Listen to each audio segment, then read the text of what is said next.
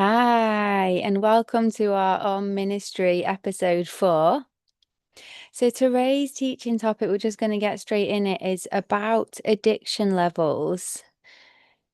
Explaining how it's almost multidimensional.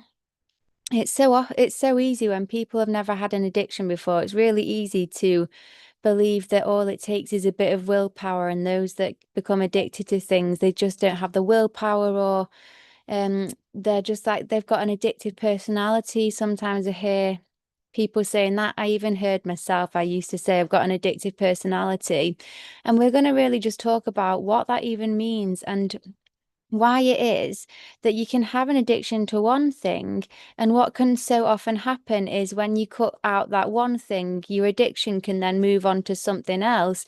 And people can sometimes say it's kind of like whack-a-mole, where it's really hard to actually cut the addiction for good. It's like if you're not addicted to one thing, you turn into other things. And that's because there's always an underlying reason that we turn to these addictive substances.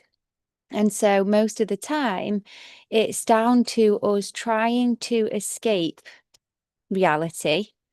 There are uncomfortable things in either how we feel physically or emotionally or mentally, or just what's going on externally, environmentally, that can affect us on in ways that it's easier for us to just escape an addiction than it is to actually face reality and even make the changes needed shift and experience the life that we deserve, really.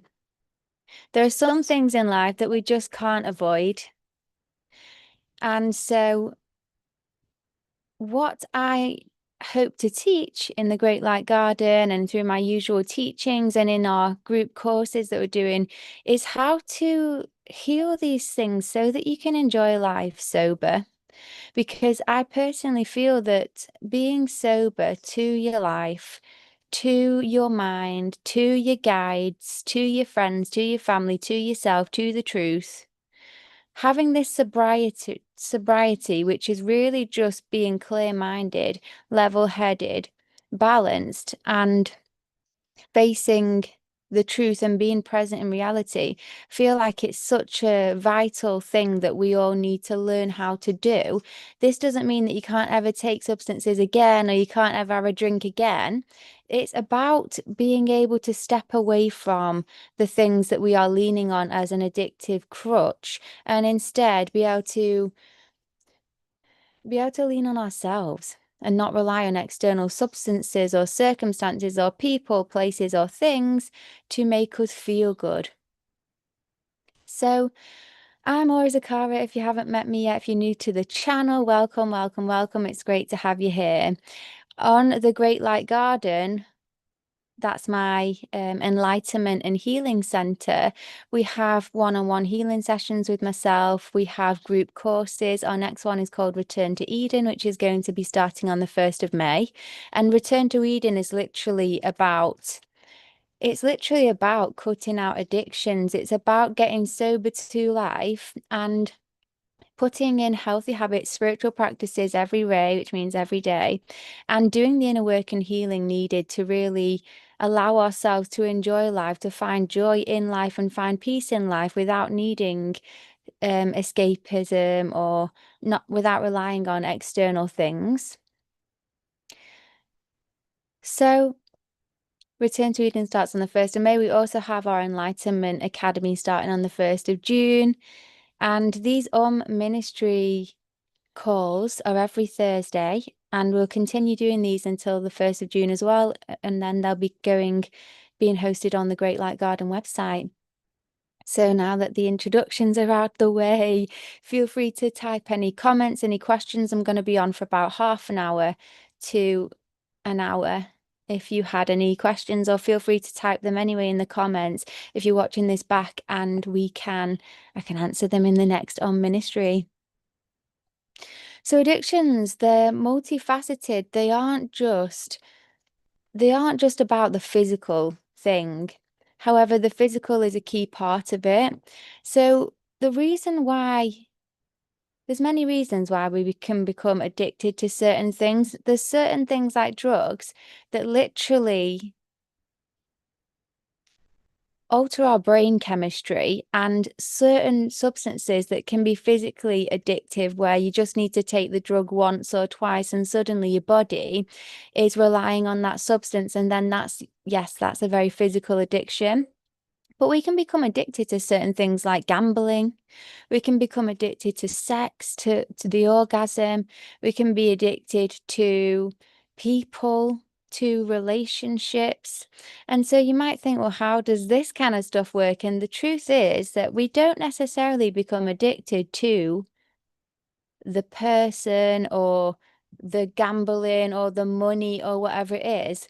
What we actually become addicted to is the internal state that it induces, and we become addicted to the internal chemistry, the flood of feel-good chemicals, or the flood of, I don't know, adrenaline when we go on roller coasters and stuff like that. The flood of these chemicals and then these feelings that we get in within, that's what we become addicted to. And this is why it's so easy to just jump from one addiction to the next, because it's not necessarily that the substance is actually chemically addictive. It can just be that we chase the highs, we chase the feel good, and there's a reason why you're chasing the feel good all the time, and that's because the other time you don't feel good, or you feel low, or you feel down, or you feel tired, or you just want some kind of like excitement in life. And this is called the cycle of addiction, or the cycle of emotional addiction. And this is really where people get trapped in the cycle of addiction, is because when it is emotional addictions to a state of mind or an emotional reaction within, then you could literally turn to anything. And it's this constant looking outside of you and relying on these external things outside of you to trigger that emotional feeling within. And what we need to really do is to learn how to find balance, so we're not having as many lows in the first place, and then we're not having the real lows where we're chasing those highs because we feel low, or it's too uncomfortable being in our body because we've got a lot of heaviness or a lot of pain that we haven't dealt with and don't want to, or we've got a lot of suppressed anger that arises whenever we're sober, and so we just don't want to have to experience that. Whatever it is, there's so many different things and reasons why people can turn to wanting these feel-good highs. But we need to almost balance ourselves so we don't be getting the lows, balance ourselves with healthy habits and healthy choices like eating well, to really boost ourselves up and feel good and feel positive, because food is mood. So food for me is one of the baseline things that we can do when we're addicted to certain things, is start eating healthy, because the more that we balance our internal chemistry and the more that we eat food that's going to trigger positive chemical reactions, like you can have certain foods like bananas, um and like cacao beans and things like that, pumpkin seeds. Some of these superfoods have got tryptophan in, not tryptophan. It might be tryptophan. They've got precursors to things like serotonin. So just eating these healthy food can trigger your body to start producing more serotonin. So then rather than needing to turn to the alcohol or the roller coasters or whatever it is that you would turn to get that boost of, say, feel good serotonin, or turning to scrolling on your social media and spending hours a day scrolling on socials when you're trying to build a business, or you're trying to develop your psychic gifts, or you're trying to hear your inner guidance, or you want to like spend more time with your family and be more present, but for some reason you just can't help but get up and go straight on your phone on social media, scrolling, addicted to that, and then you end up feeling like crap because the weight of the world just ruins your whole day, and suddenly like now you just don't feel like doing anything with your life. This is like where addiction can really halt us. It can really stop us from truly achieving our highest potential. And being addicted or being, say, on substances or phased out, especially when it comes to things like smoking weed or drinking alcohol, like sometimes you can just have, say, one glass of wine a day, or for me, when I smoked weed, it was a few spliffs every single day, but it was to the point where I was never sober, really. If I was, it was by accident. It was because I'd ran out of weed, and then I would get really angry. The anger that I was suppressing the whole time would come up. I'd act like a bitch. I would feel really guilty for being so horrible and rude to people, but I couldn't help myself because the anger just completely took over me when I went sober, when all of this energy was coming up to be dealt with that I just wasn't ready to deal with. So then I end up maybe ruining relationships, or I couldn't go on holidays because I wasn't allowed to smoke weed around my family. I particularly wasn't allowed to try and take weed to an airport and go on holiday and like get some like smoke weed there. So I wasn't able to go on holiday with my family because it was like, where am I going to get weed from if I go for a week, and I couldn't possibly function without it. And weed is one of those things where it's not physically an addictive substance. And yet it was addictive to me because I was addicted to the brain chemistry and the subduing of my anger that it would do. And so that's why anything that would subdue the anger, anything that would numb me to that anger would do. And this is why the addiction, whether it was weed, whether it was orgasms, whether it was eating junk food, it all numbed me. And that was great for a time, but it was completely blocking my potential to become my highest and best self and really level up, and expanding my awareness, expanding my achieving things, expanding what I was capable of, and really become who I was meant to become on this plane. I didn't come here to just numb myself out the whole time and dissociate. Some people might have done, some people can. There's nothing wrong with doing that if that's what you want to do. But I knew that I knew in my soul that I came here for more. I know that I'm still capable of so much more. And so for me, I'm just going to wait till this wind dies down a bit just in case you can't hear me properly.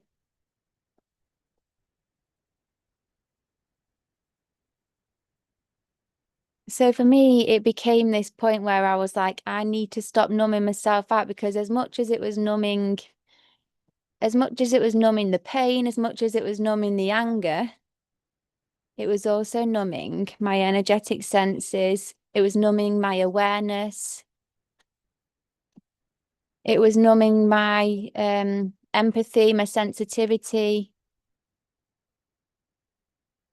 And of course, when you've got a lot of anger or emotional pain trapped in you and you're not dealing with it, you're just pushing it down and suppressing it through these dependencies and these addictive substances, or these addictive habits or patterns that are just triggering all these feel-good chemicals to mask how you really feel.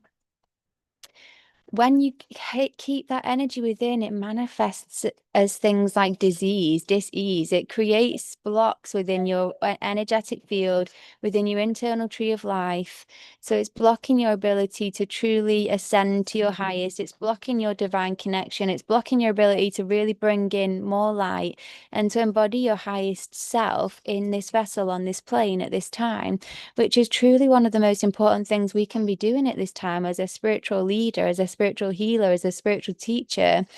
Whether that is that you are in the public eye and being a spiritual teacher online, or whether that's literally just you're on a spiritual path, you're on a spiritual awakening, and you're just a teacher to your children, or you're just a teacher to yourself, to life. You're a student of life and a teacher of life, and anyone you come across, you'll be sharing wisdom and knowledge. Like, it looks different to everyone, but us radiating our highest light and being our highest best requires us to have that spiritual discipline and put in the work. So yes, balancing our internal chemistry and creating strong foundations. So making sure that we have a lot of feel-good chemicals naturally within, through eating well, through healthy habits, through exercise and things like that. That is key, and that's one of the main foundations. But then it's so multidimensional, because you can do all that, but you can still crave these addictive substances. And this can be because of things like the emotions that you're trying to run away from. You can eat as healthy as you want, you can do exercise all the time, but if you aren't able to heal the emotional pain that is the whole reason you're trying to eat, do the addictive stuff to try and suppress this horrible energy in you in the first place, you're always going to want something to band-aid it. So it could be emotional healing that you need. It could be a mental thing. It could be just a habit or a belief or some kind of self-sabotage. So it could be something that you need to work on with your mind. It could be about the same story you're telling yourself mentally or with words, casting spells on yourself that you'll never be able to overcome this and that you'll always be addicted. And these things, they just bind you into more and more of the same loops and cycles. And it could very much be the people you're around, the environment you're in. Sometimes it can be that other people keep talking negatively of you, expecting that you'll always stay on the drink and telling everyone, oh God, they're always drinking them. They're never going to do anything with their lives. And yes, other people's energy and words can really ruin our lives, and they can also uplift our lives. So it's very important who you spend time with. And something to consider is if you hang out with a whole group of people who are all doing the unhealthy habits and the addictive patterns and substances that you don't want to do anymore. If you decide not to do it, what happens? Because I'm sure we've all experienced it in some kind of a level, to some kind of a degree, when you decide to make a change in your life and your friendship group or your best friend or your family aren't doing that change and they don't really understand it. What do?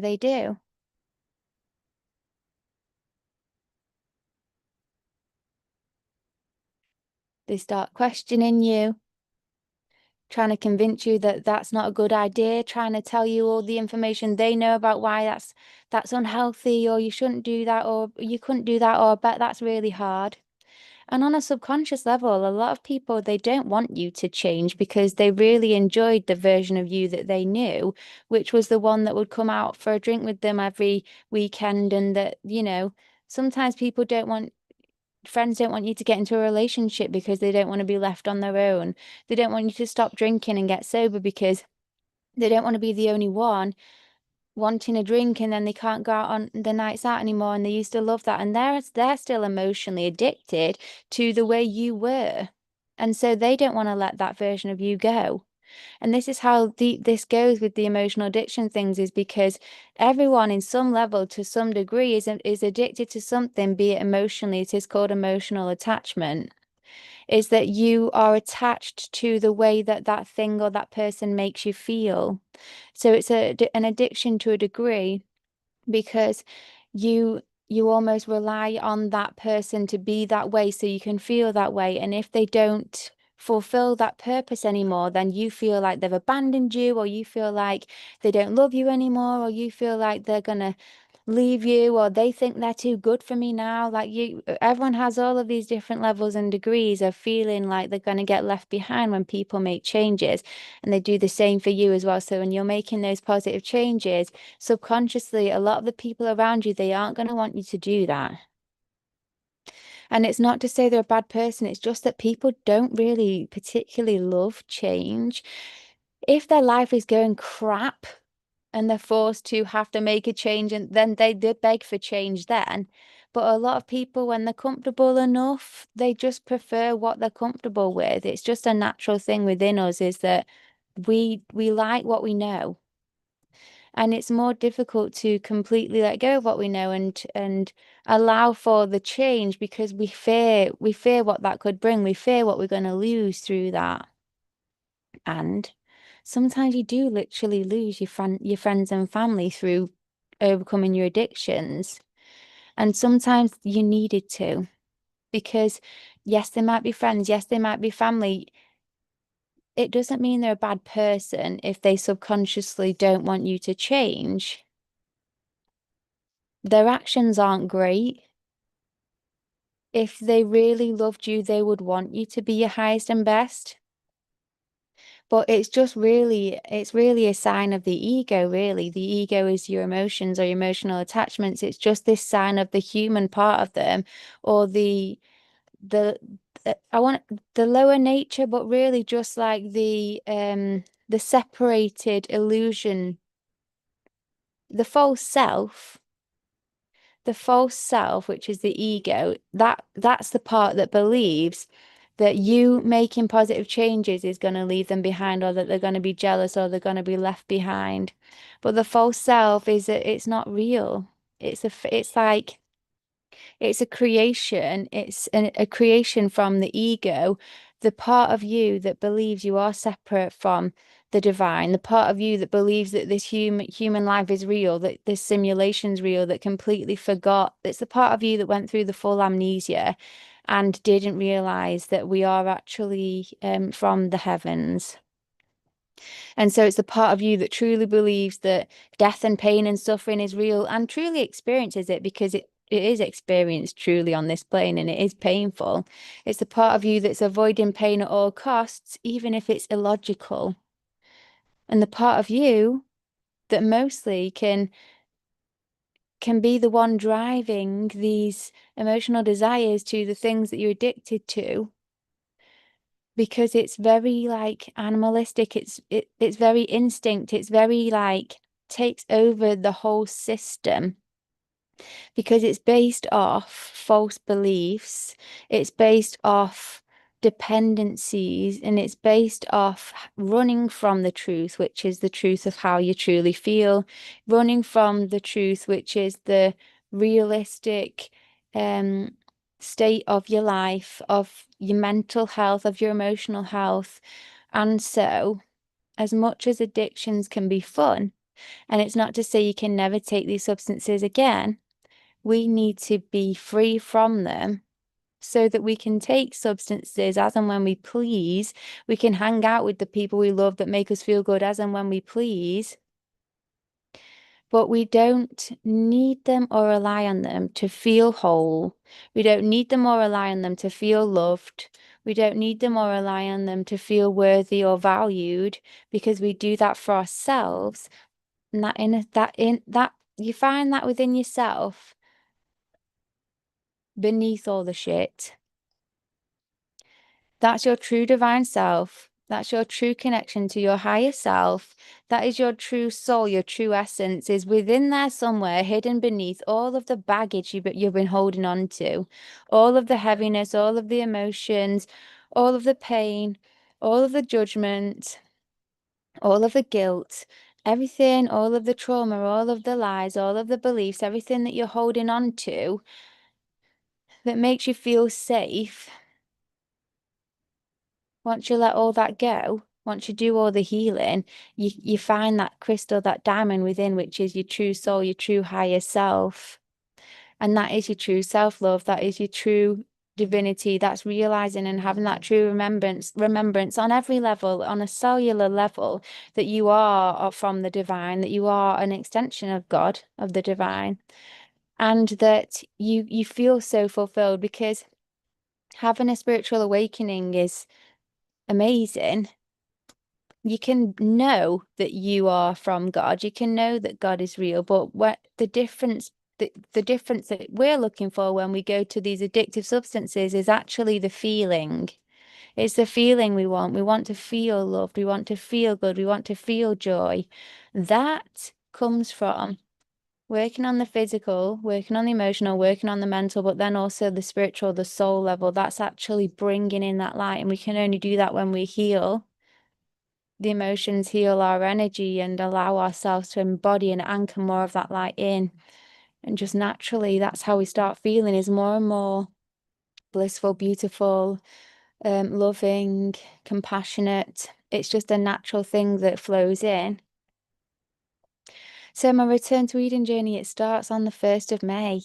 It's a 7-week course and it's a group program. We're going to be doing it together, and it's really an opportunity to overcome or break any of these addictive patterns or cycles that you are experiencing in your life, so you can embody more of your higher self.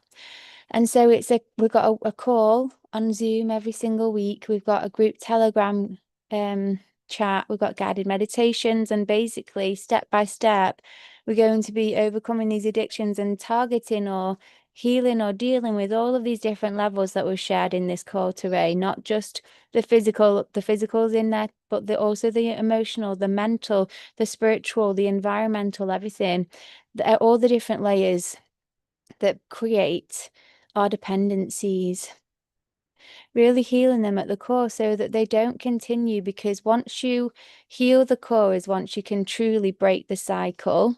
If you just tackle one area, if you're just trying to tackle just the physical or just the mental, just the willpower, it never works, because there was always a deeper reason why we were doing this in the first place, why we don't feel good. That's where you go to. You go to the core of where this is coming from. And often it's well subconscious. So we've got our Return to Eden journey on the 1st of May. I also do one-on-one healing sessions if you wanted to do more of a personalized, deeper look, and if you're struggling with something to do with addictions or cycles, patterns and things like that, we can have a one-on-one session and work with you personally if there's something you need. But the Return to Eden journey will be so great if you are feeling like you are ready to be your highest and best, you're ready to break these cycles, and you want to do it together in a group and have some fun at the same time. So thanks so much for joining this AuM Ministry. I'm Ora Zikara, founder of the Great Light Garden. All of my sessions, the group courses, my group programs are all available on thegreatlightgarden.com. And I'm live streaming this TikTok. I'm live streaming this on YouTube right now. So feel free to go on there if you want to watch it from the beginning. Comment what part of this video you found really interesting. Feel free to ask any questions. And I'm looking forward to seeing you in the Great Light Garden. So thanks so much for watching. Have a God ray, and might the light guide you on. Ta-ra!